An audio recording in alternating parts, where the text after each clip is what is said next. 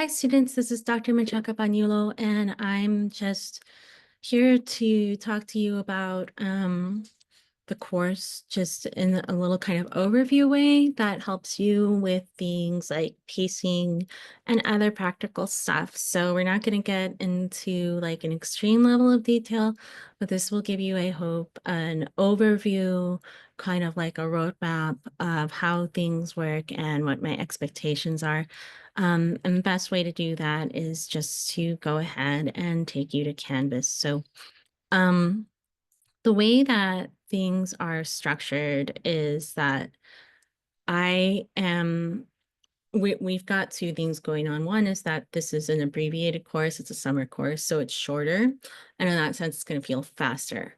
On the other hand, because it is a summer course, I am a little bit more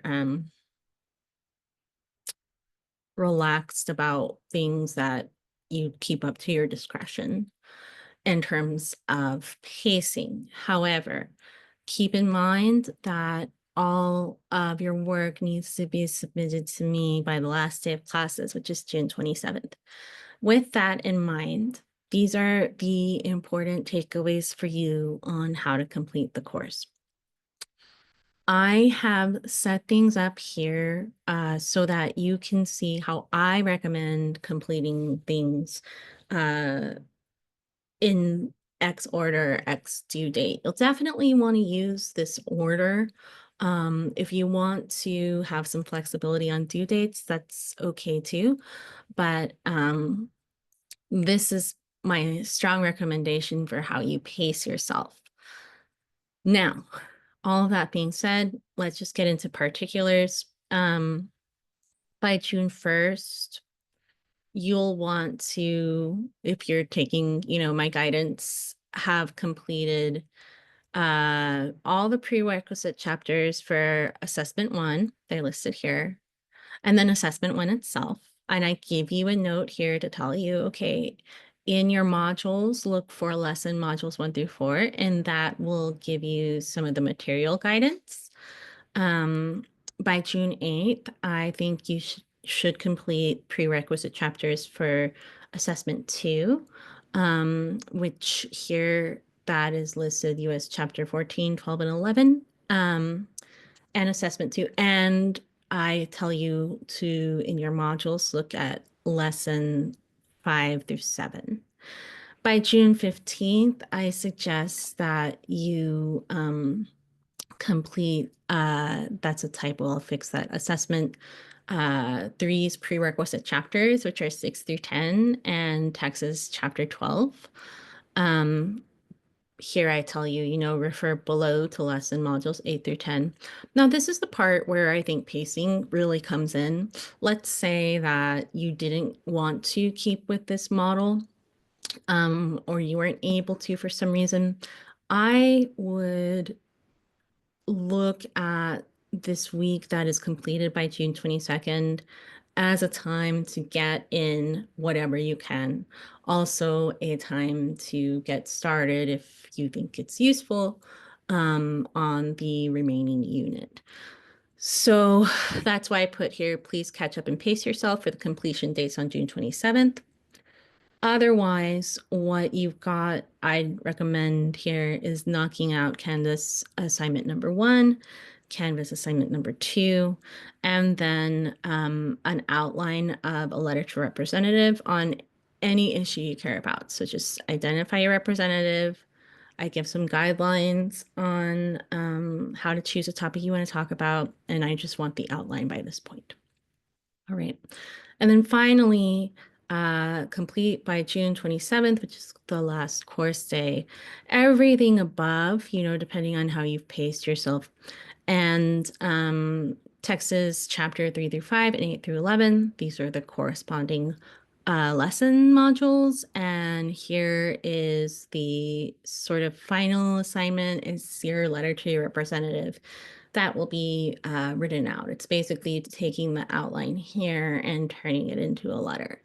Now, it's pretty straightforward. The only sort of things that I'd mention are practical things.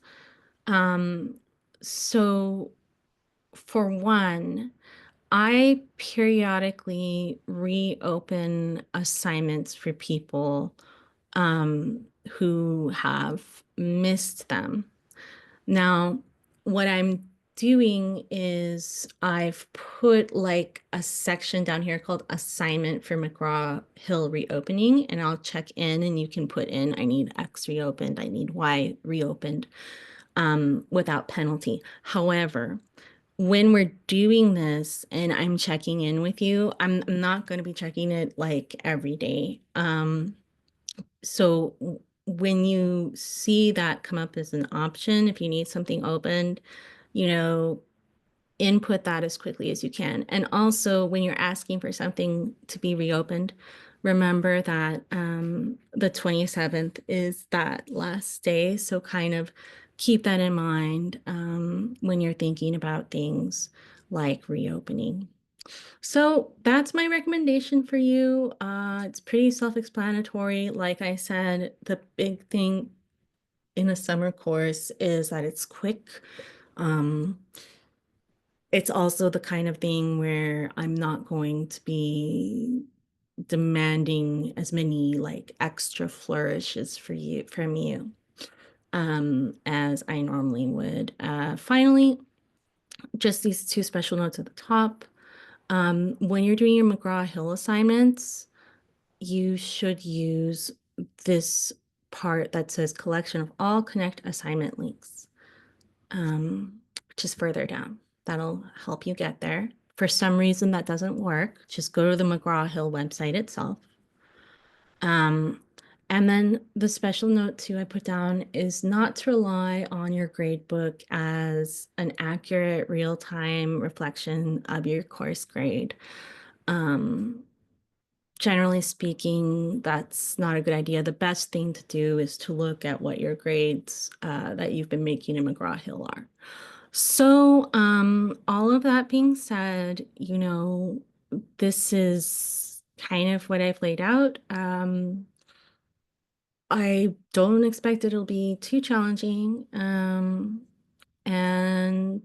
one thing you might consider doing is when you're doing the textbook readings and interactions, maybe write down the things that you think are likely to come up in the assessment, and that can make a big difference for your grade.